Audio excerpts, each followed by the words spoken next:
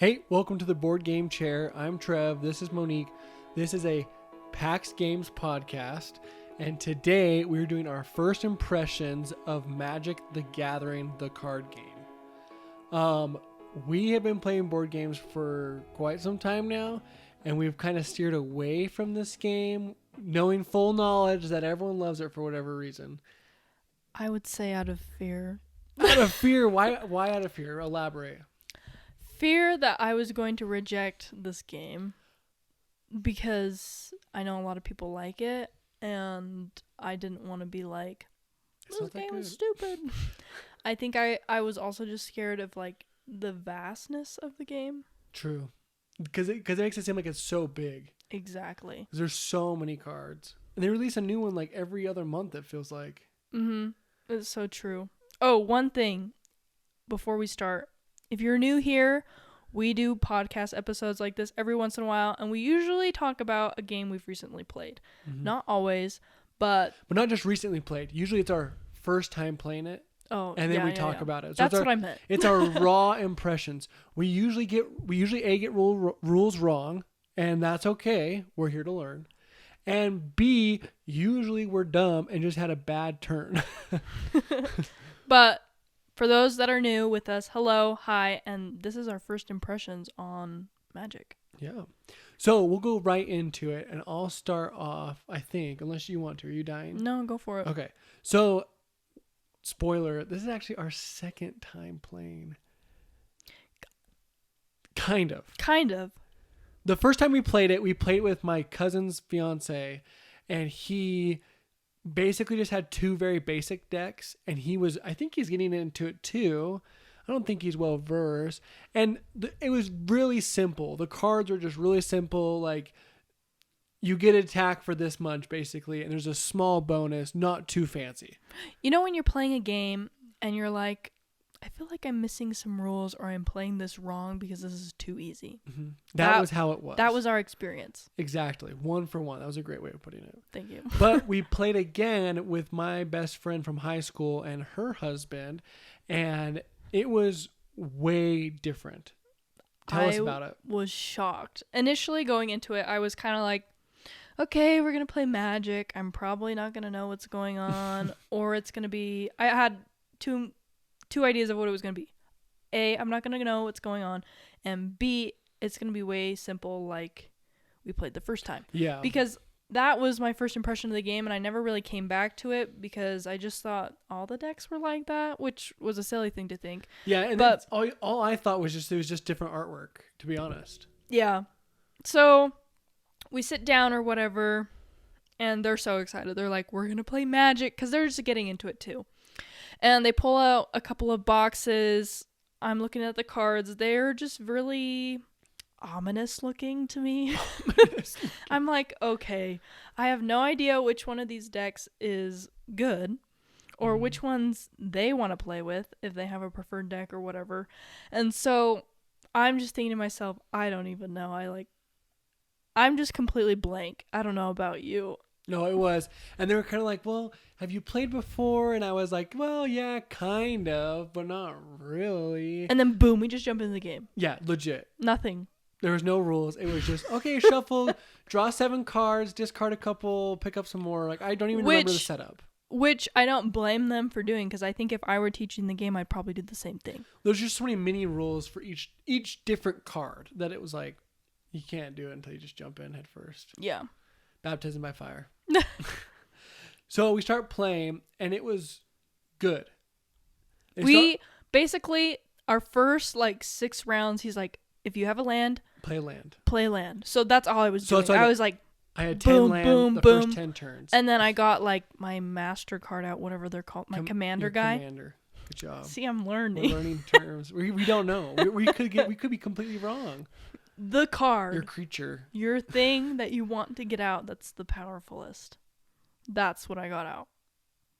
That was my strategy. Oh, that was it? That was nothing else to go off of. Well, that was the first 6 rounds. That was my game. Yeah, that's true. And for me too, I was playing one of the Lord of the Rings deck. I was playing the Saruman. I don't know Lord of the Rings either, so I'm gonna butcher everything. So I was playing as Saruman, I think. I think so. Or is it? No. Yeah, definitely. Because Saruman's the wizard guy. Yeah, no, that's who it was. I'm pretty sure. Anyway, the bad wizard who's not Dumbledore's friend. I know it's not Dumbledore. Anyway, so I got him out, and then my friend starts using him against me.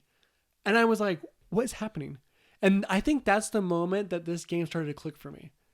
Was the moment that I realized that like my cards, it isn't just like I'm playing my thing. At the end of my round, we check to see if I have more strength than you do, and I hit you. It's this tactic. Like tactful, tactic. It's very strategy driven, where you have to plan out what you're gonna play, and you also be well aware of like your opponent's cards. And I didn't realize that because when we played the first time, it was get my land out and then just check to see if I have more strength. That's it. That was it. It's true. And it's like it was very enticing in that sense. But I will say, though, warning, if you don't like reading, A, get out of this hobby, and B, don't start playing Magic. A lot of reading. You have to read every card, and a lot of times you have to get second opinions on every card because they start throwing in variables in Honestly, there. I would just find a guy, find a girl, find an Etienne. whoever. Yeah, find our friend and have him just, we literally would read the card and be like, no. Etienne, what does this mean? Every round. It's true. And then he'd be like, well. Oh, and what does that mean? And then he would turn to his wife and go, I don't know. And she'd go, well, I think it means this. And he'd go, well, I don't know. We'll just do this. We're all new, to say the least. Yeah. But, I don't know. Maybe he's like a guide to magic magic card wording. There probably is. We've played it once. Again, the purpose of this podcast. I think when it clicked for me, if that sentence made sense, was once, like literally towards the end of the game, where it was like, okay, I understand like the fighting or the battling aspect. I understand how, like, why I want these certain things in my deck, like in my playing area, like the creatures and whatnot. And I started finally understanding by the end of the game that it's like, I don't even know how to explain it. It's like, it's a deck builder. You're building your deck onto your mat or whatever. And you're trying to get the best combinations, trying to get through your deck. There's 100 cards you're trying to get through. You can't do it. Which you can't do, but there's obviously cards that will help you search through your deck or whatever. And I think I realized that in that moment, oh my gosh, I need to find a deck and it needs to be mine and I need to learn it. Yeah, that's true. And so like, okay, like just quick jump forward. We like the game. Okay. Period. Enter. And we'll get through it, but we liked it enough to where like exactly what she said, like we wanted to get our own decks because we could see the importance of knowing your cards. And like the other thing, like an experience that I have happened to me was I was playing one of their decks and I played a card and I was like, I'm pretty sure it does this. And he looked at me and goes, I've never seen that card before, and I usually play that deck. Oh, was that the... And it was a card that basically just, like, it tapped everyone's monsters for 2 rounds. Which means, like, they're basically out of commission for 2 rounds. So you can't fight? You can't fight, and I could fight you. And he won. Did you win? No, you won. And yeah, she won. But like, stuff like that happens, you know? Like, yeah. You'd have to play these decks multiple times because you're shuffling the cards that you might not see cards ever. It's true. Like, the probability of never seeing cards is probably pretty high. Until you're playing. Like, every day. Yeah. The one question I have, which is probably true. For me? No, just for in general. To the people, to Magic players, is do certain decks play better with certain decks? Like, true. Does your friend need to get this deck so you can have this type of game experience? True. That's a good question. Because, okay, so like we're big Doctor Who people. I'm pretty sure we talked about this before. I think we have. But we have 2 Doctor Who decks now. Because we didn't do our research really of what if they were good decks or anything, but it was for the fact of we like the theme. We like the theme. And I feel like we're very thematically driven. Yeah. And so it helps me know the cards. Like I saw the Saruman card and I was just like, what is this, a goblin? Like, I don't even know what he does. Find out he's like the greatest dark wizard or whatever in the whole thing, whatever. But like, okay, Voldemort. and anyway, but like, I just mean like I understood the card, so it made me excited. But yeah. do those decks play good against each other because they're the same? It's a question. Let us know down below. Like, should we? I don't have enough money to go drop in like 20 more decks to play with certain experiences. But in general, to understand better, should we be buying certain decks, or is it just like a free for all?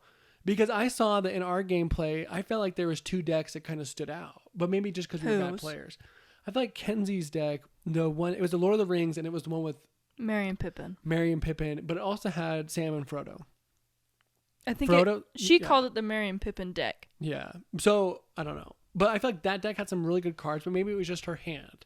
That's what Etienne said, though. Yeah. And he said she got a really good hand, otherwise this would never have happened. She got, like, if you're familiar with the deck, the Feasting Hobbit, and she had, like, what? It became 24, 24. So 24 strength, 24 defense. We were all losers at that point. And then she got another card that was similar, and it was 1919. And she had all these stacked up. And all of us were like, except, I guess, Trev and I, were like, 2-2. Yeah, we had 4-4. 0 characters out. And I felt like maybe I just wasn't doing the strategy right. Yeah, and obviously I was just putting cards down for no rhyme or reason. I guess that's fair. But it just felt like her deck was really strong. And I felt like his deck was too, because he would feed off of ours. But supposedly mine was really strong too. True. And then, I mean, you ended up winning, but it was only because Etienne threw the talent and just went after Kenzie. That's true. Because he felt bad for us. Because he wanted us to play again. Because he wanted us to win. And it worked. But I don't know. So just let us know. Like, is there just like broken decks, or for the most part, are they all kind of even playing field? Because I don't know. It's interesting. We'll learn, I guess. Yeah, because we're gonna have to find out the hard way. Yeah. But so give us overall, why did you find this game intriguing enough to go spend, $1 bajillion, essentially like $50 on a deck of cards? I think it was the idea that it would be a puzzle to learn, kind of, if that makes sense. Yeah. That it would take time for me to become proficient in the game. And it would take practice, and it would challenge. Yeah, I really like that there's a challenge in front of me, but it's still enjoyable, where I can still play the game and do well enough to not lose. Maybe I'll lose. Maybe they let me win. I don't know. I think they definitely let us win. But I mean, does that make sense? Yeah. Is like, I feel like it's difficult enough for me, just because with all the tiny rules, I think it just makes it really intriguing to learn, because my mind is going to have to work so hard to get to the point where I feel comfortable playing with a certain deck. I can see that. Or even getting to the point where I'm playing with a deck and then I pull out a new deck. I go buy a new one. That's a whole other learning experience where you have to learn the strategy of that specific deck. At least that's what it seemed like from when we played with the 4 different decks. That's true. Because each of them did have a different strategy. It wasn't like, find this card, get this card, the end. It was, each card might have a good combo with another card, but it could also be played with a different set of cards that might help it out too. I also liked the aspect that each game is going to be different, because there's so many cards. There are so many cards. And so that learning aspect's going to be different every single game, if that makes sense. Yeah, and also just so you guys know, we played the Commander version of the game. I don't know the names. I just know there's other versions of the game where you can play with like 60 cards maybe, I think I heard. And you have like locations and stuff on other stuff. Anyway, we play with 100 cards, basically is the Commander version, essentially, from what I understand, and I have 0 clue what makes it Commander. But we're noobs, and that's okay. I think for me, what was intriguing about it was just the depth of the cards. I think when we played it the very, very first time, it was just kind of like, this isn't that challenging, and I don't know why people like it this much, because it feels kind of like it's just not that fun. It felt really flat. Yeah. It felt like I was playing... But there's nothing against our cousin's fiance. He's great. It was just the game experience. It's just the game experience. But I think it was a great way for us to learn the basics of the game. That's a good point. Tapping cards, and you want to place land, and we had a foundation enough that when we went into this other game with our friends, it wasn't like complete confusion. I also wonder if maybe I just didn't read the cards well enough to see the other combos. Now that I'm thinking about it, probably. I mean, honestly, our cousin's fiance, he's so nice. So he's such a great teacher. I feel like that he probably dumbed it down for us. That's true. And was like, "Hey, don't read the rest of the cards." I honestly don't remember. That's true. But that seems like in his nature that it would be, we're gonna play like the simplest version of this game so you can learn the basics. That's true. That's in character for him. I guess I never thought about that. That's true. I don't know. Maybe. Anyway, continue it. Anyway, I just think that just the complexity just kind of sparked my interest a lot. And I think that's why I wanted to try to learn it more. Yeah, and get better. Sorry, are you done? Go ahead. I just thought of something else. I also really like the collectible aspect of it. Of you keep your cards nice. Like, this is my deck. If I want a new deck, I could potentially sell this deck for the same amount that I bought it for. That's true. At least right now. But yeah, that's how I felt about it. Is like, there's an economic system of the cards. Yeah, and that was super intriguing as well. It was like, I don't know, I just liked it. That it was... It's cool. This is like a collectible item. I've always wanted to buy a game like Pokemon, where you have like all these cards or whatever, and you can get new cards, or like a collectible item. So that fulfilled that aspect for me, and that kind of like that gaming dream I've had. Yeah, that's funny. Okay, last question to round us off. Would you ever go to the board game store and enter in a Magic tournament?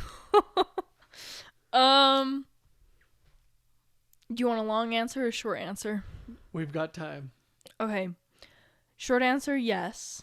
Long answer, yes, because I think that when I get to the point of proficiency and feeling really comfortable with my deck, I think I would like to play against other players who have different decks. I see. And seeing their strategy and how they, just for the experience, but also I know that sometimes there's money on the table, and I would love to play board games for money. Shut up. Are you really? Yes. You would want to go, like, you'd pay like a $15 entry fee. Yes. I would love to get into like competitive board gaming and get super good at X amount of games and then just go and win. Well, why don't we just start one? Okay. You want to be part of it? My answer is no. I don't think I want to. What? I think it would stress me out. That's so surprising, actually. It also would be your entire day. Oh. Think about how long... I was thinking like 3 hours. Okay, think about how long one game of Magic was. And we played 4 players. It was our first time, but guess how long it was? It was 3 hours. It was a good 3 hours. Well, I know it was a good 3 hours. I'm just saying that was one game. Yeah, that's true. I guess, granted, we were playing at 40 health points per person. And we had never played. And there was a lot of instruction happening and explaining. It's true. And we didn't know our cards, so we had to read our cards. But we were trying to figure out what everyone else was doing around the board, around the table. And I didn't even pay attention to them. Oh, you were just yourself. You still won, doesn't matter. Anyway, I guess that's a good point. I think if it was 1-on-1, and I've seen people do like the 20 points tournaments, mm-hmm. like you have 20 health points or whatever. I don't know how it works. And so I think if it was that, maybe 1-on-1, it would go faster. But if it was 3 hours like how we were doing it, I play long games. I play D&D. I've played 12-hour D&D sessions. And I just don't know if I would want to play Magic that long. You know, we're going to come back onto this podcast. And I'm going to be like, I'm a winner. 6 months from now, and we're going to talk about our first tournament in Magic. Probably. But, do you have anything else to add? All right. So are you leaving it open to I could change my mind? I could change my mind. That's Are you your kidding answer? me? I've eaten my words on... What was the game? And I said this was a bad game. Everdell. Everdell. One of my favorite games. Yeah, the first time he said it was horrible. So... So here we are, and I'm Basically, don't listen to Trevin's initial opinion. I'm just kidding. basically, if I think a game is good, it's gonna be bad, and if I think it's bad, it's gonna be good. Just kidding. Wait, but I think Magic is good. No, but the games you think are good, you continually think they're good. That's true. That's true. Root's still good. Anyway, I think that's all for today. Thanks you guys for watching.